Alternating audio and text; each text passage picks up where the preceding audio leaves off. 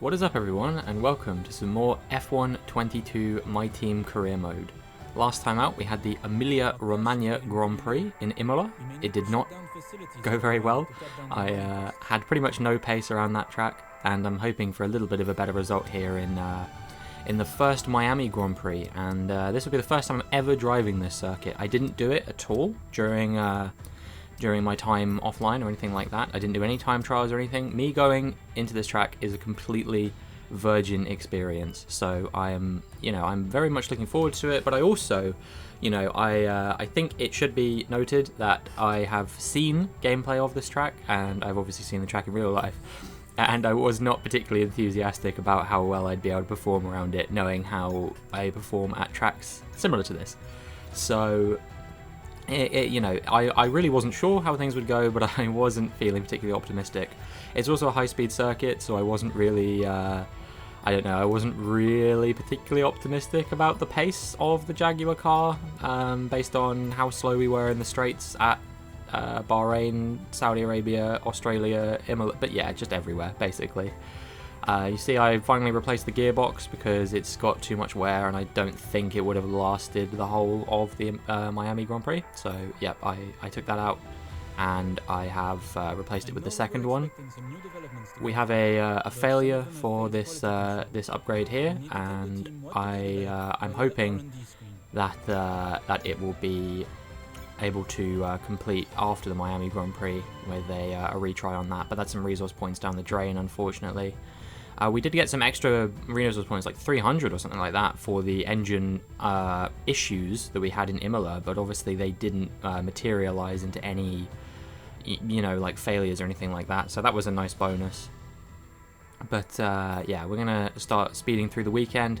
There is another Pirelli hot lap here. Like I said, they happen pretty much every time, to my understanding, like every race weekend, except for the Bahrain and Monaco Grand Prix. Yeah, we got 5 upgrades going on at the moment. I just had a quick look there because he said that we had another failure, but that was not the case, it seemed. Have another upgrade put on, and then it's a choice between autocross and time attack. I saw someone else do the autocross. It didn't look like something I'd be particularly good at, and so I opted in the end for the time attack, because I know what time attacks in this game are going to be like, and I figured I'd probably have a pretty good chance of doing this even on a track I've never driven before. I skipped through the whole thing because honestly, if I find these a chore to do, I'm sure that you guys probably find them a chore to watch, but we do get gold by about 4 seconds. So all's well that ends well on the Pirelli hot lap. $100,000 and 1,000 team acclaim is going to be great for our chances of attracting new sponsors and bringing in even more money to the team. And also for us upgrading facilities to develop the car, to make us faster, to bring in more money, to make us faster, to help us eventually win the championship. But I'm sure that won't be for, at least 2, maybe 3, maybe more seasons. It really depends on our performance, the performance of our second driver, how we invest our money. There's so many factors at play. But finally, it is time to get into the first session of the race weekend, which is, of course, practice. Actually, I've jumped the gun a little bit there, and as you can see, we're still at the workstation, but I think there's just a few messages here from Chris talking about what's going on at the weekend. You see we're rock bottom of the drivers' standings at the moment. We've had a few failures in our time, but I think the wheel rim covers actually completed eventually, and it's going to be dry all weekend, so that's always a positive sign. And I go into here to see if there's anything we can upgrade, but of course... Oh, actually, no, I remember now. I was checking to see how long it would be till this was done, because it said it failed, but it actually hasn't finished yet, so I'm not really sure what that was about. But now, eventually, it is time to get into practice. Not jumping the gun this time. So, yeah, looking forward to this, but also, this is, I'm going to try and get in as many laps as I can, because this is really going to be an experience, like a learning experience, to make sure that I understand the track in time for qualifying and the race.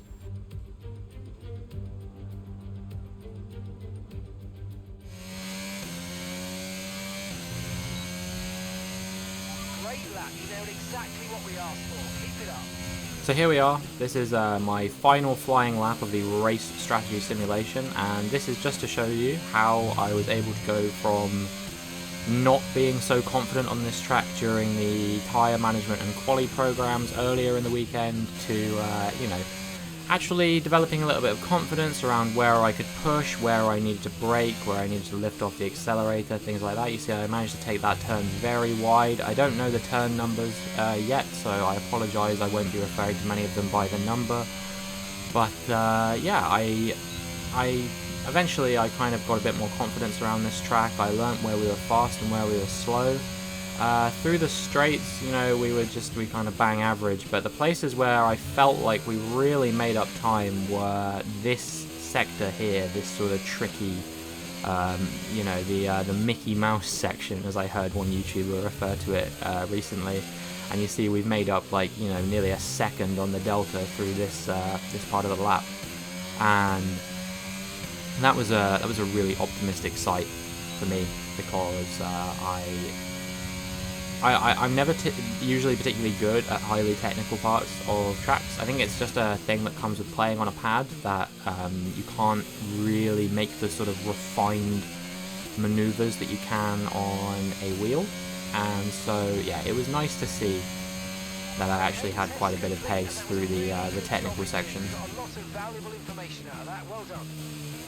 So yeah, that was the lap I showed you from practice. At the moment, we're actually sitting top of the timing sheets, but I think when push came to shove, we were like 8th or something like that. Have a quick look at the telemetry. Tyre wear much down on where they expected, so maybe that'll allow us to go aggressive on strategy. A little bit inconsistent on lapping, but generally, you know, not bad. And yeah, at the end, it was P4, not P8. I got that incorrect. Leclerc, Hamilton, and Max Verstappen. And if today's practice is anything to go by, we're in for an exceptional weekend of Formula One. So yeah, that was the practice session. I think in a second I will scroll down and you can see, yep, Christian Lundgaard was P16, so not a bad effort from him. Everyone around him though on hard tyres except for Latifi, but given that Latifi was on them, maybe Lundgaard will be able to get off the back row of the grid, possibly, if he can, you know, maybe get ahead of someone like Albon. Maybe I'll have another shit one, and Lundgaard will be even able to get ahead of me. But it really remains to be seen. So here we are, looking at the resource points. Christian Lundgaard actually didn't get any, which was a bit frustrating. I think we've got a free turbo upgrade now by the amount of extras we've got on that, so that can be something to perhaps invest in for future races, especially because I think the turbocharger was getting pretty worn at this point, but more on that later. And just have a quick look at the R&D, see if there's anything we can do.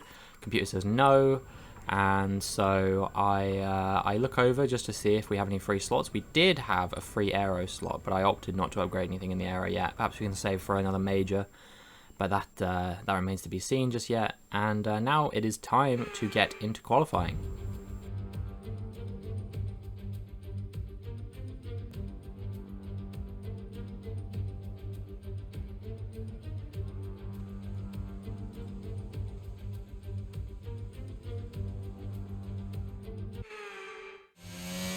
So here we go. We are on our first flying lap of qualifying, and or is this? Yeah, no. This is the first flying lap of qualifying, and as you can see, I'm just I'm trying to get as much performance in as I can over the course of the lap. I'm pushing through every single corner, and here we get up to the sort of the more technical section of the lap, and you see that I run a little bit wide at the exit going into the DRS straight, and I have to get out of the throttle. And that compromises pretty much my whole run down this back straight, which is a little bit frustrating. And you see Carlos Sainz, I think, dipped into the 128s there, and for me it was just a 130.3, a little bit disappointing, something I definitely knew I could improve on. And now here we are going through the should I call it the Mickey Mouse section? I quite like that, I'm going to continue. Going through the Mickey Mouse section. We're about even with our time so far, but you see we make massive gains when we take it properly, and that is the case all the way down the back straight pretty much. We're as much as 2 tenths up on our previous time, and I think it's 3 tenths by the time we get to the line. And yeah, that was good enough in Q1 for P12. We are through once again. I didn't think it was that good of a qualifying session. I definitely think that I left more on the table, but I was more than happy to walk away with a P12. And if I can get P12 in Q2, then that will put me in good stead for perhaps just getting to the fringes of the points, which is kind of what we're aiming for at the moment. So yeah, that was the order. You see Kevin Magnussen doing very well up there in P6 ahead of Sergio Perez, but unfortunately for Lundgaard, it was only P22. Albon got through, which was a bit of a surprise to see. He's been doing very well in that Williams this season compared to the teams that are superior to him. Disappointing result for Schumacher, seeing his teammate up in P6 and he didn't make it out of Q1. Same thing for Norris as well. But crucially, we outqualify Lance Stroll, which is huge for our rivalry with him. And now I believe it is time to get down to Q2.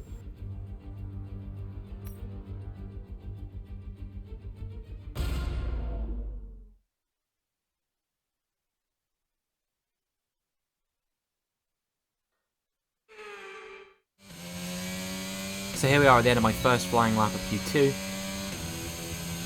and it's a 1:30.1, only a couple tenths faster than my first flying lap of Q1, and not as fast as my second, I believe, so definitely some room for improvement here. And now here you go, you see that the sky has gotten a lot darker since the first flying lap I did, as I start my second flying lap, and already going through the first corner I'm close to a tenth up, but I have a bit of a compromised run. And that means I'm bleeding time pretty much the whole way through the first sector. But I'm able to start making up that time, and this is already a significantly improved lap over my first flying lap. But we can't get complacent, and we have to make sure that the performance is good over the course of the whole lap, because any mistake could happen at any moment, which could cause me to lose a tenth or so, and that could be the difference between getting out of Q2 and getting knocked out in Q2. Max Verstappen there in P11, I believe he has not got time to do another lap, so that would mean that he is the shot exit of Q2 on this occasion. Also Magnussen down in P15 after being P6 in the last session. That's got to be a disappointment for him. You see again, we just go a tiny bit wide there, and that causes us to bleed time to our previous lap all the way down this long back straight. This straight is so long. This straight was so long, I was already having visions of people overtaking me down this particular straight. I could see it happening. I could see I'm going to have a decent qualifying performance. Here I am in P13, which see, as I come to the line, it's pretty much identical with my previous lap, so I'm almost certain I will stay P13, and I can see the likes of Magnussen, Albon, the Aston Martins, Norris, Schumacher, all of those guys just blasting past me down that straight. So I was not particularly optimistic about our chances going into the race, but I am a bit more optimistic about our pace compared to Imola, because the cornering there for me wasn't a particularly big strong suit, whereas here I'm much better through those twisty sections. So if I can pull ahead through the corners, then perhaps I can just maintain enough of a gap to them through the straights. But that remains to be seen. Max Verstappen, like I said, out, and Ricciardo through, so a fantastic job from him. But yeah, that is a bit of a better result after how bad Imola went. I believe we qualified P21, P20, something like that in Imola. It was not a fantastic result. We got out-qualified by Lundgaard there. But we beat Stroll on this occasion, so that was good enough for me. Close him down a little bit in the rivalry. Still plenty of time for me to turn things around with a couple of good results in the likes of Spain and Monaco and Baku. Baku in particular is going to be one that I'm looking forward to. That's a particularly strong circuit for me. Christian Lundgaard gets more expensive as his acclaim level rises to level 7. But, we'll cross that bridge when it comes to the contract renewals, which I believe come after Hungary, so not for a little while yet. And, just generally, I was feeling cautiously optimistic about the race. And the reason I say cautiously optimistic is because whilst I said, obviously, I don't think we'd have the pure pace to compete, the most important thing I can think of, and something that Mark is probably, going to mention in the in the briefing here is keeping it clean can be absolutely crucial here in Miami. Welcome to the Magic City. We're here at the Miami International Autodrome, the home of the Hard Rock Stadium, a multi-purpose sports and entertainment hub which has hosted Super Bowls, Baseball World Series, numerous rock concerts, and now, for the first time, Formula One. A lap of the Miami Grand Prix features 3.36 miles of track around the Hard Rock Stadium, and 19 corners make up the Miami International Autodrome, which will challenge the drivers in a tight wheel-to-wheel race. It's time to see how our drivers are stacking up after yesterday's exciting qualifying session. Charles Leclerc lines up on pole position, and a very happy Carlos Sainz will start second. Considering the rest of the grid, we have Russell, Perez, and Sir Lewis Hamilton, and Fernando Alonso, Bottas, Ocon, Tsunoda, and Daniel Ricciardo, Verstappen, Joe, Robinson, and Albon, Magnussen, Gasly, Mick Schumacher, and Lando Norris, Latifi, Stroll, Vettel, and Christian Lundgaard. Which of these talented drivers will come out on top today? Anthony Davidson joins me once again in the commentary box. Ant, it's fantastic to have you with us here, but I'm curious, as a man with experience out on the track, how do you stop those pre-race nerves from becoming overwhelming when you're lining up on the grid? Well, I imagine they'll be starting to feel the adrenaline as they anticipate the rundown into turn one, a bit like preparing to go into battle. The unknown situation will bring nerves, but that's a good thing. It will keep them focused on the moment and on their surroundings as we build towards the start of the Grand Prix.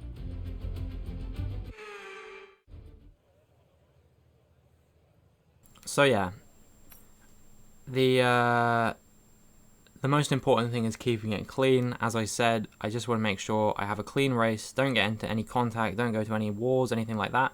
I have a little bit of a look at perhaps doing the alternate strategy, perhaps trying to get ahead and then trying to consolidate my position through defense. But in the end, I opt against it, and I think I'll start on the same strategy as everyone else. The races I have seen around this track so far, and granted I've only seen, a couple, they kind of look more like online lobbies than career mode races. So I was thinking, perhaps the AI would have lots of contact, and perhaps I would be able to make up lots of positions through cars coming into the pits and whatnot. So you see, I'm just swerving here. I'm thinking about getting up into 8th gear at some point to learn all the gears, thinking about where the best point to do that is, and then I remember there's a really long back straight, so I don't have to worry about that just yet. Looking at the temperatures, all of that kind of thing. All these checks you have to do on the formation lap. Just adds a whole new layer of depth to this game that you miss if you skip the formation lap, in my opinion. And then here we are, getting ready to line up on the grid. I still am just not judging the speeds that I need to come into these correctly. I have to massively, accelerate as I get further towards the line, because I'm still 5 meters out at this point, and I'm almost stopped. I'm 2 miles an hour, so I give myself a bit of a boost. It's not a great parking on the grid slot, but it'll do, and hopefully if we get a good launch, we'll be able to contend with the likes of Joe and Verstappen and Ricciardo ahead of us, but that remains to be seen. It's a pretty decent launch. Verstappen did not get a particularly good start, and we try and go up the middle of him and Joe. I go to the outside, and it's just the teensiest bit of contact with Max Verstappen, and that's half my front wing gone. That, unfortunately it was a pretty brutal outcome of just slightly misjudging where I should be braking there. Always brake nice and early going into the first braking zone. That's my advice. If a car runs into the back of you, it's their fault for misjudging their braking point. I think a lot of the time people will think that you brake check them if you do that in online lobbies, but trust me, it is far more beneficial to brake early because the front of your car is a lot more fragile than the rear of your car. So they come with a new strategy. It's now going to be a 2-stop race onto softs first of all, and then we'll go on to hards around lap 9 or 10 probably, I imagine. Not ideally what I wanted, but I guess this allows me to experiment with strategy a little bit. I was thinking about potentially doing a 2-stop anyway. This wasn't quite what I had in mind. You see I tap the wall on the inside there and break off my front wing even more. going through this twisty technical section. I actually don't lose too much touch to Albon, which makes me wonder, you know, how competitive would I be through this sector if I didn't have half a front wing. But yeah, going down the straight, I try and burn as much battery as I can so as to keep my position against the likes of Joe and Verstappen behind. Because I figure, you know, the more position I can retain now, the higher likelihood I have of potentially catching up later on in the race. It's a bit of an optimistic thought. I definitely crossed the white line going into the pits, and I'm pretty sure that was illegal, but I don't get penalised for it because this game's pit stop rules are a bit strange. And yeah, we're now into the pits to change front wing. I'm actually typing something at this point because I keep forgetting that you've got to actually interact with the pit stops, and I very nearly miss it, but I end up getting an optimal stop as a result. So a little bit cheeky there. I think I was making notes about that first lap contact or something like that, and I almost miss it, but I managed to get it perfectly optimal, and the crew do a pretty good stop given the context of having to change my front wing. It seems like Schumacher behind me also had some kind of contact, so at least I'll be racing someone today. And yeah, let's take a look at that first lap once again. So it's lights out, and you see me there in the purple and white coming through on Max Verstappen and and Guan Yu Zhou. And there goes my front wing flying off in the distance as I go around the outside of Verstappen as we go through the second corner. And yeah, this is not exactly the race start I would have wanted, but despite not having a front wing, I am shockingly competitive with some of the cars around me as I go through these corners. You know, I think to myself, because I'm running an increased top speed setup here. This isn't like I'm running high downforce or anything like that. I think the car is just very draggy. I think it's got a lot of weight to it, and I don't think we have the greatest engine with regards to straight line speed. We do have a Renault engine in the back, but you know, we've struggled battling with Alpines as well, so I think it's more than just that. We actually do a bit of a dive bomb there on Joe, who's trying to get around the outside of it, or yeah, I think he's trying to get around the outside of us, and we say no thank you, this is my corner for now.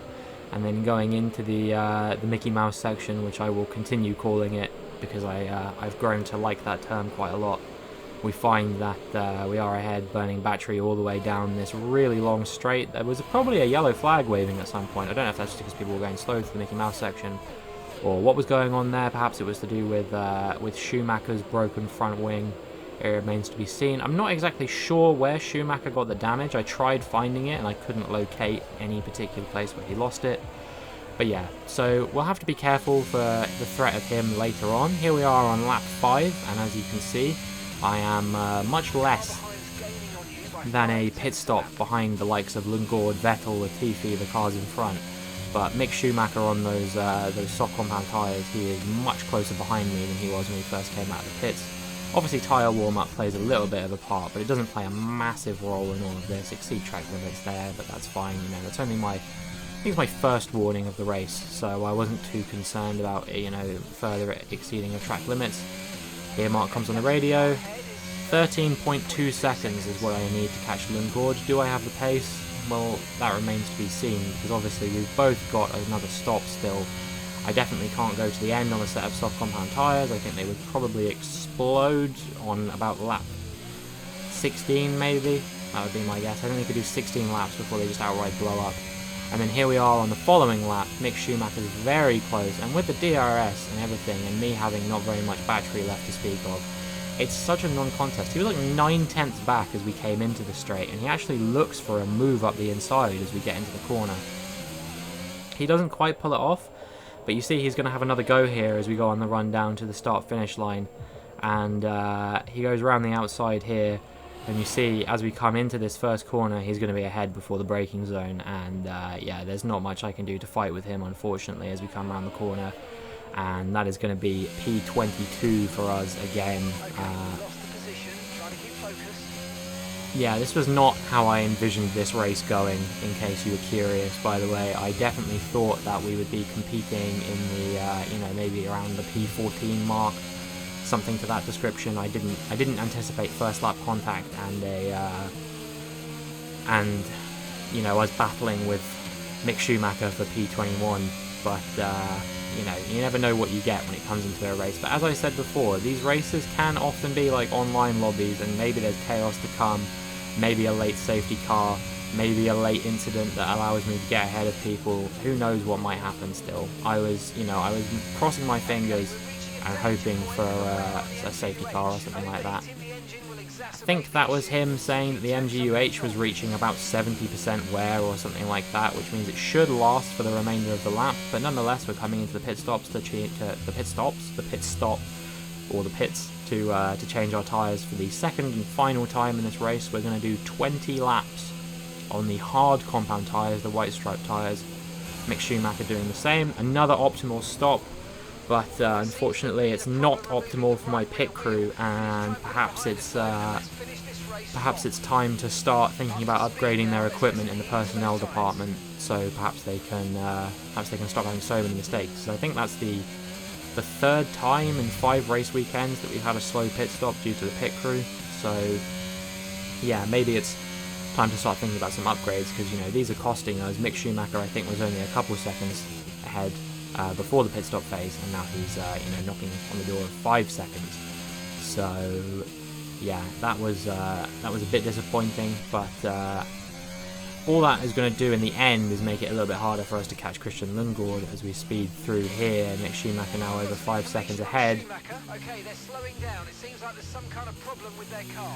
But maybe he's about to have a mechanical failure by the looks of things. This would be a chance for us to get back into P21, which means we'd be officially not last.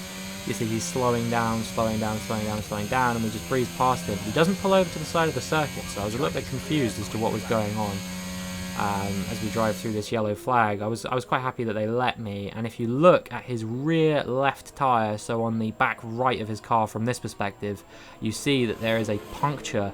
He has a rear left puncture. I assume he had some kind of contact with the wall or something like that, but it means that he is in for his 3rd stop in only 10 laps, and that is just a brutal scenario for Mick Schumacher. Lap 12, Lundgaard has some kind of issue, so I'm thinking, you know, maybe it'll be even easier to catch him now. He's 33 seconds ahead, but he's still on the yellow stripe medium compound, so I'm thinking perhaps, you know, he'll have another stop in this race yet, and I'm anticipating that I will be able to catch him before the end of the race. You see now the likes of Stroll, Magnussen, Albon, all those cars who were around us at the beginning of the race before the contact, they're all coming into the pits now. And I was very curious to see what the delta between me and them would be. You see it's currently 42 seconds, but of course this hasn't accounted for the fact that they've come into the pits yet.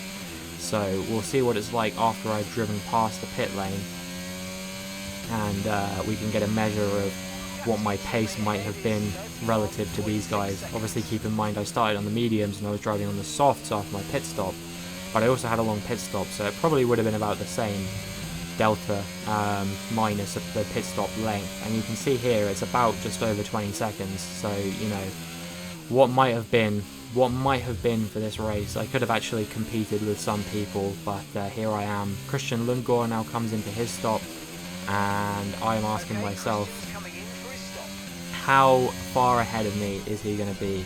Perhaps I could even have undercut him. I think it's unlikely, but let's see where he comes out.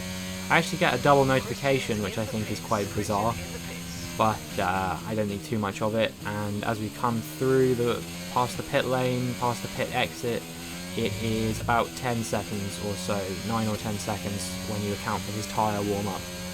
I struggle with tyre warm-up quite a lot, I think more than the AI, but perhaps there's a technique that I'm not learning there yet, and that remains to be seen. But yeah, we're about 8.5 seconds down on Lundgaard when push comes to shove, but obviously he's going to be faster through the straights, I'm going to be faster through the corners, and now we fast forward a lot down to lap 17, and you see we're sort of about 4 seconds behind him, so we've made rapid gains on him so far, and I am starting to harvest my battery a little bit in the hopes that when I catch up to him, I will be able to launch an attack on him, combined DRS and battery, when we get into that long back straight. Because what is more important to me than passing him is staying ahead of him. Because I could pass him, but then maybe he'll just pass me on the next lap, and then I won't have any battery to attack with, and then it will be like, you know, I just wasted all of it for nothing. So, we're going through, and here we are, lap 20, on board, or not on board, but following Sergio Perez as he enters the Mickey Mouse section. I think there's blue flags ahead, probably for Schumacher. And let's see what's going on with him. There's an engine failure for him, so that is Sergio Perez with his second mechanical DNF in, what, 3 race weekends? I believe he retired in Australia as well. Devastating for Red Bull. They are having a really rough time of things so far this season. I think Ferrari have won every race so far, is my understanding, and they are leading this Grand Prix as well.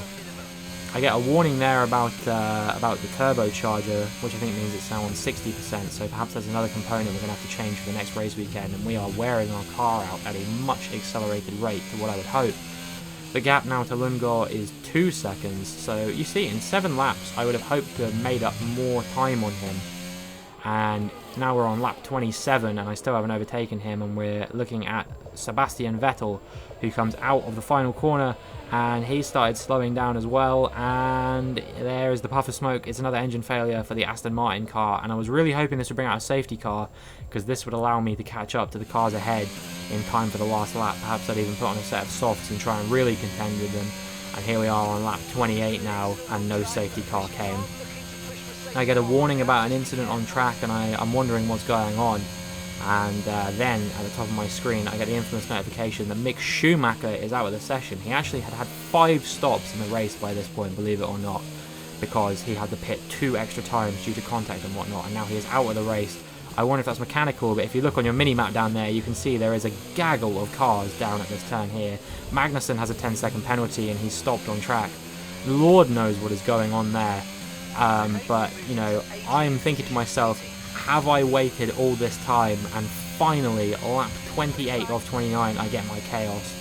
I saw that there was a larger gaggle of cars there, so I was thinking to myself, perhaps some people are going to be coming in for stops due to damage and whatnot, and so I actually do something very cheeky, and I defy the blue flags. I even push over the line with the battery and everything to make sure Charles Leclerc can't get ahead of me. He wins the race, but you see the likes of Norris, Gasly, Latifi, and obviously Magnussen as well will probably be into the pits for a front wing change as well. So that is 4 places that we've gained due to that contact. Unfortunately, Stroll, I'm glad he's alright, obviously, but unfortunately he was not one of the people who was caught up in that. So here we are riding with Mick Schumacher, and we're going to see what happens to him first, and then maybe we can see what happened at that hairpin, not the hairpin, but the 90-degree left-hander as we go into the long straight.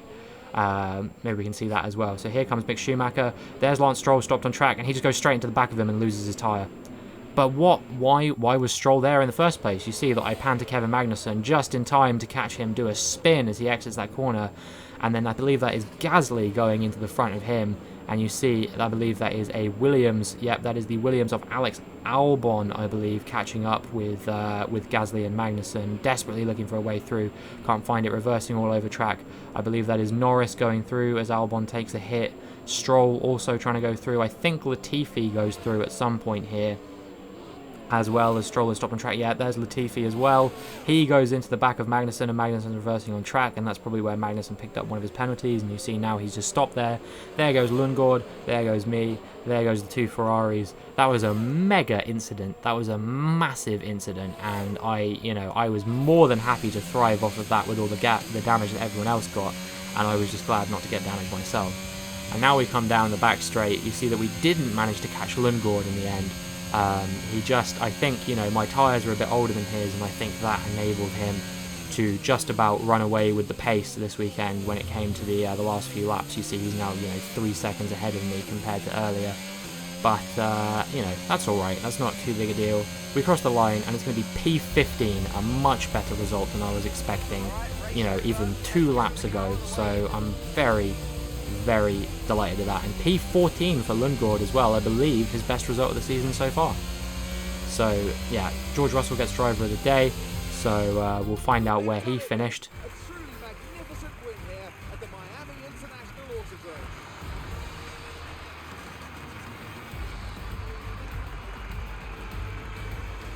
Anthony Davidson, what helped them deliver this result, do you think? Well, they certainly stood out as a driver with tons of confidence on the track. I think their ability to keep their cool, even during some of the more hectic parts of the race, meant they were able to capitalise on the mistakes of other drivers, giving them the opportunity to make their way to the top spot with ease.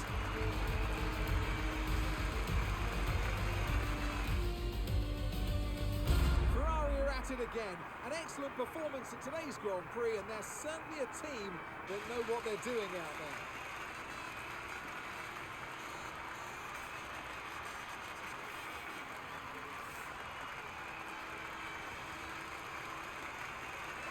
So yeah, there you go. Leclerc first, Sainz second, and George Russell completes the podium in P3. Another good result for Mercedes. Mercedes much more competitive in this career mode than they have been in real life. Not that they have been uncompetitive, they're no doubt the third best car, but I might argue that they're even the second best car in my career mode. I think Red Bull have really been dropping the ball with Perez's DNF and Max's incidents. Leclerc having a much better season now, especially compared to Sainz. I think he might have taken the lead. Currently leading the championship standings, extends his lead even further with this result. Indeed, he does lead. Let's take a look at the driver's standings. Well, after an incredible day of racing, who was your driver of the day, Ant? There's a few contenders, but George Russell definitely stood out, I think. A really solid drive from him today, and one I'm sure the fans enjoyed. It's time to check out the constructors' standings. Ferrari continue to extend the gap at the top of the table. Meanwhile, good work from Aston Martin this weekend, who pushed themselves further up the order. And with that, we wrap up another weekend of motorsport action. But with more races lined up, be sure to join us when we come back with more Formula One. So yeah, Lundgaard P14, myself P14, and not sure what Crofty was talking about there with Aston Martin pushing themselves up the table, because we have actually jumped them with that result as a result of Vettel's DNF, I assume, and Stroll being P13, I think he was in the end, just ahead of me and Lundgaard. We are now ahead of them in the standings, and I think I jumped Vettel in the driver's standings as well to now get up into P21. Vettel having an absolute dog of a season, but I think, you know, he had a retirement during the sprint at Imola, and I believe he might have had a retirement at some point earlier in the season. It might have been during that Jeddah race where I retired, but I can't say that with 100% confidence. Either way, I know that he's been having a pretty miserable season so far. Didn't he also retire in Australia, or am I making that up? I seem to have some vague memory of him retiring in Australia. So if that were the case, he has been having probably one of the most unreliable seasons in Formula One history since the likes of, was it Elio De Angelis had like an entire season where he didn't finish a race? Either way, we're now looking at the highlights. You see there's me going wheel to wheel with Guan Yu Zhou through the entry to the Mickey Mouse section, and just about staying ahead of him as we get down in this back straight. But obviously, you know, I do come in to change my front wing at some point, and that enables him to get back past me. And then, yeah, nice highlights, Codemasters.